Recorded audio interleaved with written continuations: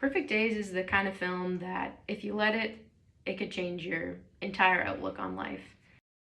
I came to the viewing of this film after taking a course on the power of media this term, and within it we talked a lot about the neoliberal value of the enterprising self, which that's just that idea of the person who is constantly seeking to better their position, they're seeking material wealth to increase their symbolic capital.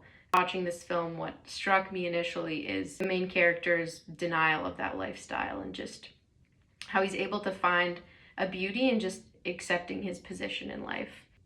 The cinematography in this film, the composition of frames, really articulates that idea of solitude that Hirayama lives his life by. We often see him in his own frame with the structures of the scene built up around him. He gets off his bike and he goes down the stairwell into the restaurant. He's framed by the light behind him and then framed by the stairwell itself, then by the people around him. This specific sequence, among many others throughout the film, is presented very subtly, and it flows so effectively, and it's really quite reflective of the way that he lives his life, and just that same quiet beauty, that same careful, ritualized life he leads. But that is marked by a degree of distance from the people around him. Another aspect that kind of fits into this cinematography is the lighting in this film. The use of natural lighting really just creates this intimate feel, like when he reads in his bed at night. He has his lamp on and all the attention of the frame is just on him. I think of as well as that scene where he meets his sister and everything is just steeped in this reddish orange light, and he's looking at her and her face has this color on it, and it really just adds to the emotional weight of the scene as she leaves and the color fills the background, and he weeps bitterly. And you see this same orange light in the closing scene when he's driving on the highway, and the light flashes upon his face in and out as his emotion changes, and he tries to smile through his tears, which is just a beautiful, beautiful scene.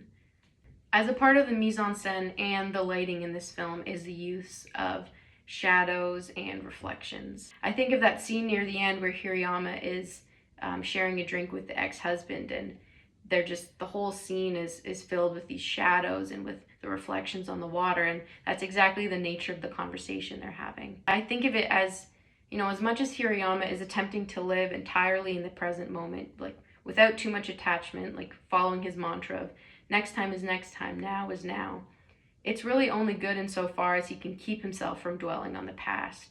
And what I think is interesting about this film is how it kind of defines that tension of wanting to live in the moment, but being a human and being inherently connected to the past and just having the need to reflect. No matter how we try to distance ourselves from that and live a detached life, we can't fully separate ourselves from the past, and it doesn't keep us safe from pain and loss and change. I love the soundtrack to this film. I love that Patti Smith gets special recognition. I saw her last year live in concert, and she's just as fine a performer as ever. The music in this film is so nostalgic. It really adds to that sense of the past mingling with the present. Nostalgia, but also our need to just keep moving forward. I think also the presence of physical and analog media is interesting. Throughout it, we see his appreciation of cassette tapes and film and books, and I like that it fits into his alternative lifestyle, his rejection of contemporary and the digital world. It fits into his now is now mantra, as it puts an emphasis on what's tangible and just appreciating what's right in front of you. And I like too how it shows the generational difference, how we see the younger kids seeing his only way that he consumes media as this cool and niche fad. And it really highlights that sense of the enterprising self that, puts value on trends and things according to their social currency. I love this movie, and I know it's one I'm going to rewatch time and again and just let it impact me in different ways each time. I know there's always going to be something that I can, glean from it, but Hirayama just lives this ordinary life, and he's unattached from a lot of the worries of this digital age. He just attempts to live every day as it comes, not looking too far ahead or behind.